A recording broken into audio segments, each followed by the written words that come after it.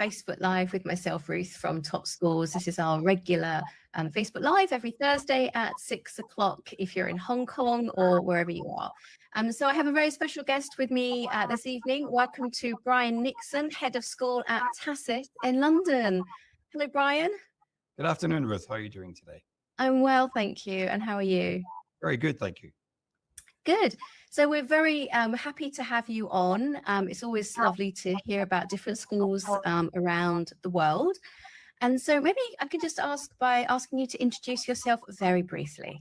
Yes. Hi, I'm Brian Nixon. I'm the head of school at TASIS England. I've been at TASIS England since July 2017. And before that, I worked as a head of school in the independent school network within the United States, and also a head of school within the international school system, previously in the Bavarian International School just outside Munich. Oh, interesting. And can you just explain what TASIS means? Because we use the short form name of the school. It's TASIS England. So it's the American school in Switzerland, in England. So TASIS England is one of 4 TASIS schools worldwide. Right. And where are the other 3? The other 3 are in Lugano, Dorado in Puerto Rico, and in Portugal as well. Okay. All right. And so what we're talking about today, we wanted to pick a topic and try and focus. So we're talking about how you choose a school and how you evaluate a particular school for your family, because normally the parents are doing the evaluation. So we're talking about finding a school that truly fits your family values and going beyond the brochure for this session. So I have some questions for you.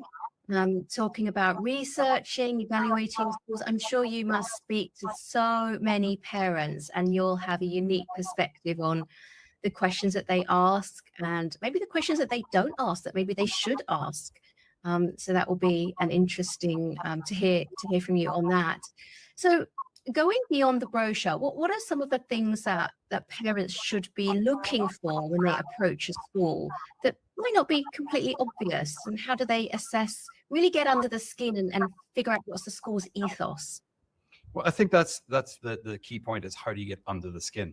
Because all brochures are beautiful, they're glossy, usually with professional photographs. And when you look at all brochures, many of the same words are used throughout different schools. So I think that the key thing first, even before you think about the school, is be clear on what your family values are. Be clear in knowing and understanding who your child is as a learner, and also what your child needs to thrive. That's really the first thing. Know yourself and your children well. And then when you visit the school, you start looking for evidence. So for example, schools should all have mission statements. So for example, here at TASIS England, we have a very clear mission and we have commitments and outcomes. In other words, we tell you how we do things, and we also tell you what the outcome will be of being here. When you're at the school, or when you're looking online, or when you're talking to other parents, which I think is a key, is talk to parents from the school in advance. Try to find evidence of the things that they say they do well. So for example, one of the things we talk about is pathways. So in other words, learning's limitless here at our school. So what I would encourage people to do is do the research. So if you look at our upper school brochure in terms of subjects, we have 120 plus courses for your child to take. Many of our courses are mixed grade level classes, which means that even if you're in grade 9, but you're showing aptitude or gift in math or science or languages, you could actually be in a class with grade 11 and 12 students as well. And also we have multiple different pathways for examinations. So in other words, if you did your research, you can see that pathways actually is alive and well at the school. Whereas if they say pathways and there's only one examination program and a limited number of courses, then you start questioning, is that true to the school? No, that's very interesting. And I have some follow-up questions on that. So as parents, if we're not educators, well, understanding our family values also might not be that straightforward. Let's be honest, but be honest with ourselves as parents. But the next bit is knowing your child as a learner. What's your advice on how can parents really understand their child's learning style? So that's key, I think, to school transition. And I think it's one, do they like long-term studies? So in other words, can they stay connected to studies for a longer period of time? If they are, then you are looking at examination programs that extend beyond a year. So whether that's the International Baccalaureate Diploma or the A-level. Other students like short, sharp courses, so things that they can achieve well within a year. So then obviously the advanced placement by a college board in the US would be something to look at for them. Other students really like targeted learning. In other words, if I think of my own 3 children, one of my children was into math and economics. Everything else was sort of had some relevance, but not that much. Whereas my daughter was into a smorgasbord of subjects. So obviously one chose AP because he could focus on direct courses that brought him joy and challenge. Whereas my daughter IB diploma was the best program for her because she could become an expert in many different fields, which is something that she was keen to. So those are key things that are needed. Other things that might come into your consideration is if that your child, so yes, we can all have children who are very good at some subjects, but there are other subjects that they struggle with. And then what does the school offer for additional support, not just learning support, but just study support? How can they help a student re-engage or a child re-engage with those subjects? And how can they use learning from those subjects in other areas to promote learning throughout their profile? So I think those are key things to think about. And so back to your earlier point then, if my child does require some study support, how do I find evidence of that when I'm researching the school? The school says that they do it, Brochure says that they do it, but how do I find the evidence? So first is talk to other parents. You will find from other parents, and all schools should probably offer you the opportunity to talk to some of their parents. And one of the things that you should be listening for is there learning support provided? But not only that, you're listening to hear that if teachers provide students with time outside of class, that's the golden nugget you're looking for. Do teachers spend time with children outside of class?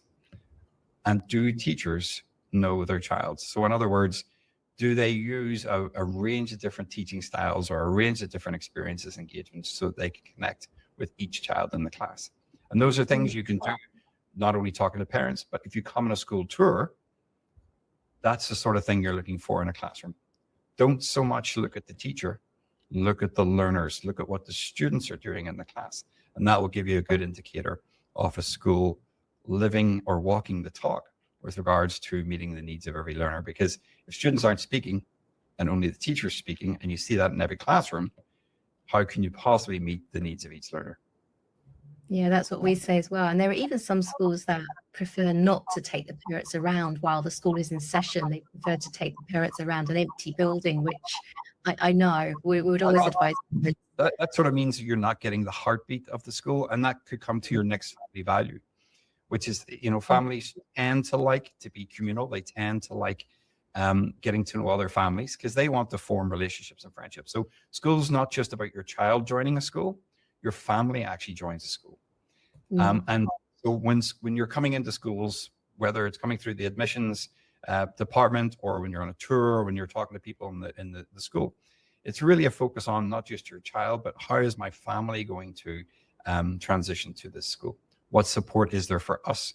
And that's the same for day students as well as boarding students, because just because you're overseas doesn't mean you cannot be a connected part of a community. And I think that's another key piece, is how are families looked after by the school? What did they do to support our transition into the school community? How do I settle in quickly? How do I get to know how this school operates? And also, can I make some friends? Yeah, that's really interesting. I forgot to mention, actually, for those of you who are watching live, if you have questions for Brian, then just put them in the comments and we'll try to get to them. And if we don't get to them, I'm sure, Brian, you'll be happy to answer those questions later on. You make it sound so easy, and I know, and that getting under the skin of the school, but there are so many schools that say that they do all of the things. But that's some really good tips for parents, to try to find the evidence. I think it's easy to say and a little bit harder to do, right? Yeah, but I think schools, if you plan school tours are really important. I mean, lots of schools offer virtual tours, so I don't discount those. Yeah. But I do believe that if you can get to the school, you will know, honestly, you will know within minutes of stepping onto the campus. Like, for example, how are you greeted at the security office or at the welcome station in the school? Can you see people smiling and interacting as you go around the school? You know, if you're meeting the head, you know, as you walk past, does the head know the names of the children? There's so many different ways in which you can get a feel for the school. But I honestly think tours are really important, because you get a sense of that. If you can't do a tour, talk to as many parents from the school, ask for parent contacts, so you can people firsthand. And would you offer that? Do you have like a group of parents who are happy to chat with prospective parents? We'll provide you with parents, a group of parents from a range of different nationalities. I mean, we're blessed here at school with 80 different nationalities. So we have many parents from similar regional areas, from families where they'll be looking, and we can put them in touch with them so they can communicate virtually, they can communicate online. If the old-fashioned phone still works, then that's fine. They can use the phone rather than Zoom. So there's many different ways for you to get in touch with parents. And also, one of the other things I think we offer is to make sure that students talk to students. So, for example, if your child is wanting to talk to a student who's at school, we can also support that as well. Okay. I mean, this is all what we advise our parents as well, and we have some sort of checklists and things for them when they do school tours. But I want to ask you a bit more about the fit. You know, I think one of the things that we talked about before was really, like you said, parents will feel it. Do you think that the emotional response needs to validate the logical components that they've already prepared? So you do the research ahead of time. So you know, do they offer, so a couple of things. One, do they offer the courses that my child is interested in? That's an easy one. Two, what sort of support is there for my child for their future pathways? That's another key one. So, you know, if I'm coming in grade 9, does the school have a long-term view of what it looks like for my child in grade 12? What support is in there for that? What does college counseling look like? And what does the school's matriculation look like? How are the school's exam results looking? Are they winning awards? That's another one. Are they winning awards in different genres from different organizations? What are parents saying in terms of the school? So you're going to do all that research. And so you're coming with you're going to spend time in the website, which, you know, will be very glossy and lovely, and you'll probably have a drone tour at some point. But you're going to say, right, I've got all this research. I think this is what the school does. Its mission evident through everything it does. And then you step on campus and you look to see, can I see evidence of what I have researched, and use that with whatever checklist the body who's looking after you is, but also have a look at your own list and say, yes, I can see evidence of that. So, for example, we talk about community being our North Star. We're 80 nationalities, over 30 languages, but community really is palpable. The sense of community is palpable here. And I can tell you that those who come on tours usually matriculate into our school, because that's exactly what they experience. Oh, interesting. No, I think 100%. Often we say that school tour is like, or stepping onto the school campus is like going to a property that you're thinking of buying. You just know, almost instantly, right? And here's the thing, it's the single most important decision that you're going to make. Your child's school, you know, you're probably going to find your child's school before you're going to find a house close by. If you're relocating, if you're coming into boarding, you're looking for a school that is going to treat your child as your child.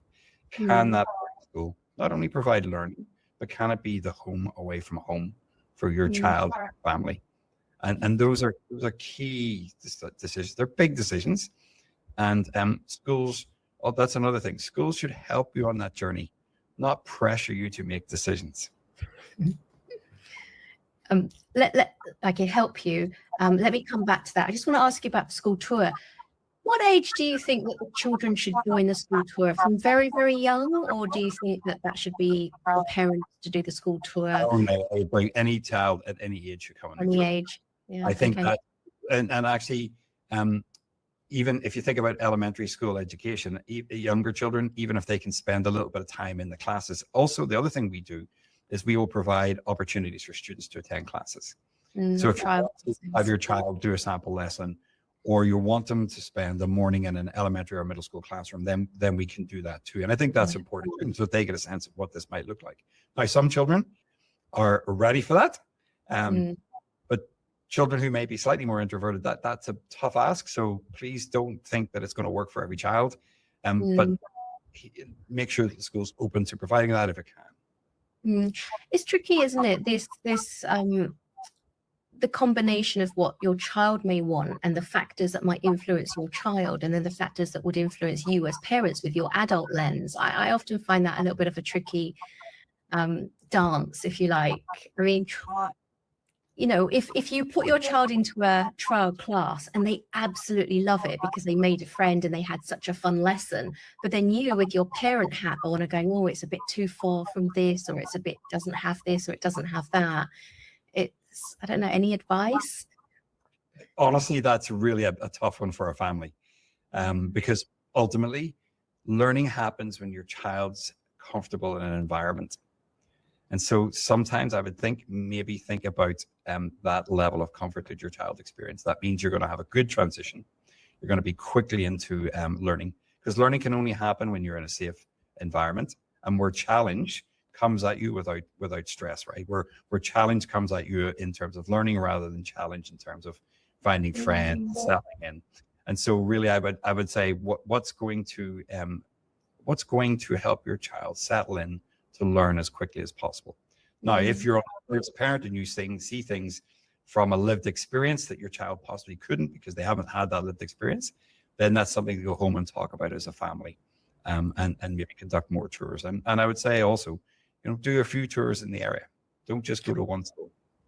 100%, yeah. Well, let me come back to this point that you made to help the parents on their journey to make the decision. I mean, how does it work in your school, for example? So it's whenever you're in touch with our school, at whatever point in the admissions process you're in touch with us, we offer contacts. So we offer contact to families. I meet every single family who comes on a tour, because I think it's important for us to get to know the family. So they'll come in, they'll have questions for me, or they'll talk about what they've seen. So it's about contact, and it's about repeated contact. No question is too small or too large. Ask at any time. You will always get a response within 24 hours from the school, if not quicker. And really, it's about taking your hand and guiding you on the journey, giving you all the information you need as a family to ensure that what you believe your family values are, what you believe your child's learning styles are, and what you believe your child's aspirations and your family's aspirations are a match with the school. So it's lots of contact, lots of dialogue, and lots of dialogue with different people in the community. Yeah, I agree totally. I want to come to, like you mentioned, the less confident child who might not want to join a trial class, and obviously our children had a really rocky past several years, and well-being is a very, very hot topic.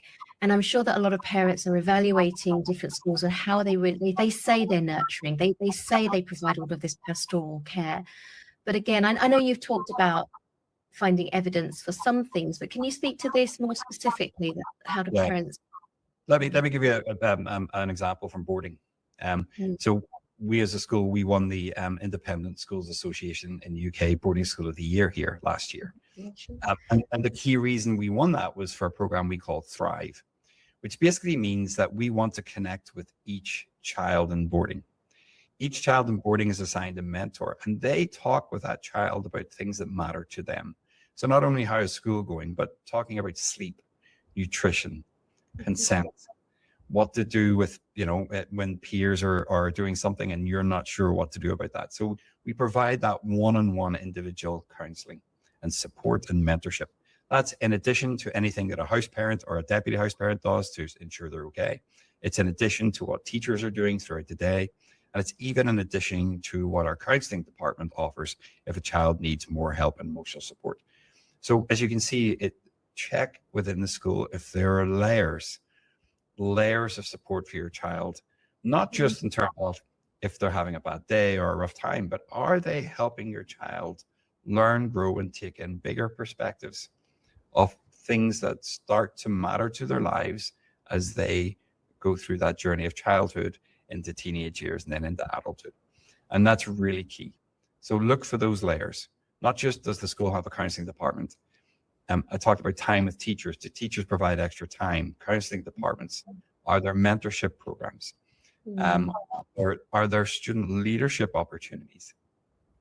You know, does my child have the opportunity to lead? And by that, I don't mean they have to be front and center and everything. It could be, are there service activities that support their growth? All those, does the co-curricular program, or we call it co-curricular here rather than extracurricular, because we believe learning happens for every second you're at school. So does our co-curricular program, so our sports, our extended arts, or our clubs, are they also developing the learning within our child? And are they helping them understand the person they are and the impact they can have on the people in the world around them? So all those layers. So really, schools are complex places. An onion. Look for those layers. Yeah. Departments, every school will have, but do they do more?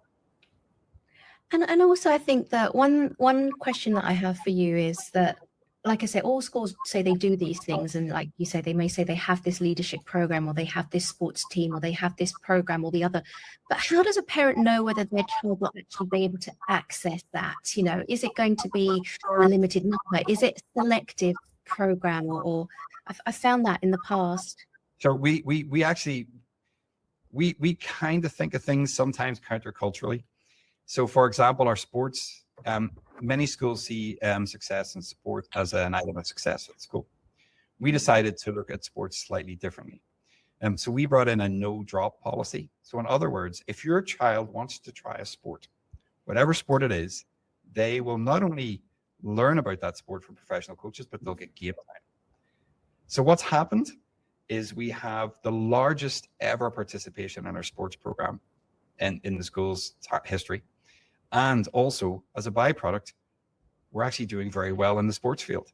But that wasn't our aim. Our aim was to provide our students with great learning experiences from professional coaches within the sports that they want to try. So can we give them the skills to be better at the sports? But more importantly, can they continue with those sports long after they've left TASIS? And that's what leads to a healthy lifestyle, which leads to being well balanced. Because if you're an elite athlete, you're already on a different track. So really can be a good thing. So does the school think about things in a way that might be slightly different? So a no drop policy in a sports program doesn't make a lot of sense for a school that wants to be successful in the sports field. However, what's happened to us is not only do we have great participation, by the way, female sport participation is up by 35%. And if you look at that, and now we're starting to have success as well in international tournaments. But that wasn't the reason why we did it. The reason was to give kids a great experience in sport. It really does all come down to culture, doesn't it? And do you think that does culture come from that mission statement that you mentioned at the very top? So usually mission statements are a collective effort. So for example, our mission statement had 250 direct inputs from individuals and groups. And if a mission has that level of input, it means people can live it. And it means people can reference it just in day-to-day interactions and what's happening. So I don't think, yes, heads of school are important in terms of have they longevity, have they been at the school for a while, have they seen and managed change, challenge, and success. So that, yes, that's all important. But ultimately, the mission and the culture of the school should outlive and outlast the head of school. So when you're walking around the school, can you get a palpable sense of that mission being alive and that it matters to everybody through what's happening? And how do you define the culture then? Is that written down somewhere? Or? Culture is usually, so really culture is what your mission statement lives. So for example, you can see behind me the wheel, we call it the wheel. So our mission statement is the why we exist. We have commitments, which is the how we do it. So that you have multiple pathways that we want your engagement and you want you to connect to our community. But then every single person, whether it's a teacher, a staff member, a parent, or a student, anybody who connects with our school, you should gain in terms of lifelong learning skills, a sense of international mindedness, in other words, that other people's perspectives matter, and service leadership, that yes, you can serve, but in a way that helps others. And that's really So that's culture. Culture is, can those things be repeated over and over and over again in how the school operates and what its outcomes are. And that's how you find and establish culture. Yeah, yeah, it's interesting. So I want to ask you a bit about, like, we talk a lot about finding the fit. I mean, that's now a process. I think you've mentioned it as well. The right fit. It's very commonly spoken about in schools. Have you got a couple of examples of families where you feel these were absolutely the right fit, but also an example or two of a family that it just wasn't the right fit as well? Yeah, so you know, we have families transition from other schools. We have some international families who tried local British independent schools, which I guess I want to start by saying, Ruth, all schools have their own identity and all schools are good for not all people. So schools will be for the right fit. And we have had lots of children who have come from overseas, wanted the British independent school experience, but soon figured that there is limits to their pathways and also limits to the diversity of the student population. Yeah. So we have seen those students then come to us and transition very swiftly into a school that offers many more academic choices, but also has a richness of diversity with people from, you know, different countries, different cultures, and speaking different languages. So those are children who have had really good fits here. Ones where we have seen children who didn't fit, sometimes while everybody thinks the boarding experience is going to be for them and their family, sometimes the child just needs mom and dad. And no matter what you do to provide that home away from home, it just isn't blending for that child. They need that mom and dad support. And so what we do is we help those families transition safely back into their prior school or their prior arrangement. And I think that's what's key, is how do we transition? Schools are about, not only do we do everything we can for the child and the family while they're here, but can we transition them into school successfully? And also, can we transition them out, whether that's to another school or on to their next stage of study at university or college? And can we do those transitions well? So really, I think it's about managing transitions. Yeah, no, that is an interesting way of looking at it. I think that's really great advice for parents when they're researching schools and, you know, taking the school tours. And I've taken some notes and I'll write this down and I can share it with the parents afterwards. I mean, if there was, I'll give you maybe three, but if possible, can you what is the single most important thing that parents need to consider when choosing a school for their child? Will my child be looked after, supported, and challenged? Okay. Because here's the thing about learning. Learning actually happens in discomfort. So for example, if you think about your own learning, when did you learn most? It's when something you knew didn't either work or when you were faced with a challenge you had to overcome. So is a school going to get my child into that zone of discomfort, but in an area where the challenge is equaled by the support provided to overcome it?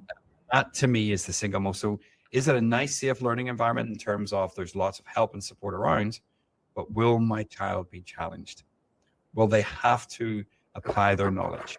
And actually, that's one of the things you want to talk to. If your child's talking to other children, or if you're talking to other parents, is talk about the challenge the school provides. Yeah, there's been a lot of, again, I think the last few years, we talk about the helicopter parents, the children who've been wrapped up in cotton wool and have never been allowed to fail, right? So I think we've had a little bit of that, you know, in the last 5-10 years. Listen, the thing is, if your child should experience failure, the best place to experience failure is in their elementary, middle, or upper schools, and secondary, because there's a net to catch them, and also a way to help them to learn from that experience and not repeat the cycle, so you don't create a spiral. Where you don't want to feel is when you get into tertiary education. So that's why you want to experience challenge in school, because if you experience a tertiary education, university and college, chances are you don't have that safety net or that infrastructure to catch you, prep you up, and help you learn from that experience. So I think that schools should challenge our children, but in equal measure, there should be a way for them to learn, to grow, and to ensure that those mistakes are learned from, and that you take that learning into the next challenge. So, and I think that, you know, we have had lots of things happen in the last 5 to 6 years. And I think the key, and this is probably another thing for families to ask, is how important, or get a sense of how important communication is between the home and the school. Mm. If the school can provide clarity, even in the most difficult of circumstances, that means they care for not only your child, but for you as a family, and they see you as important members of the community. Mm. Yeah, and communication from really lots of different touch points, like you mentioned. You know, you've got various teachers and counselors or house parents or whatever. I mean, and again, walk the talk. So, for example, we have a commendation tab. So, as a parent, you can click a commendation button, and you can write a commendation for any member of our community, for somebody who's gone above and beyond to help you or your family. Right. So what's that modeling? That's modeling how do we build community? How do we build that sense of appreciation? And how do we make sure that that individual now knows that that was valued? If that's seen as valued, that replicates value, and it means it keeps spiraling, which brings about the we talked about as well. So are there little things like that that the school does to promote community over and above their welcome picnics or their international festivals? Yeah. So much great advice, Brian. And we're running out of time. We really are. Thank you so much. You know, such great advice for parents when they're choosing a school that truly fits their family values.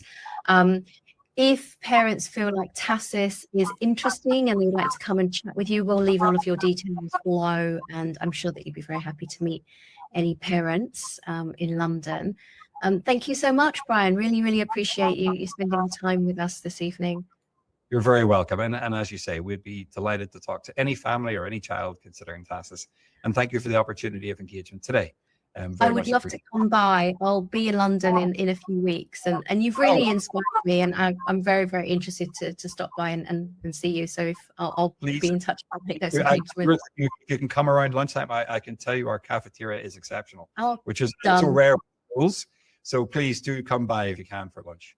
Perfect. Thank you so much. All right. Thank you for watching. If you watch live, if you caught this on the replay, and thank you very much. We'll see you next week, Thursday at 6 p.m. Goodbye.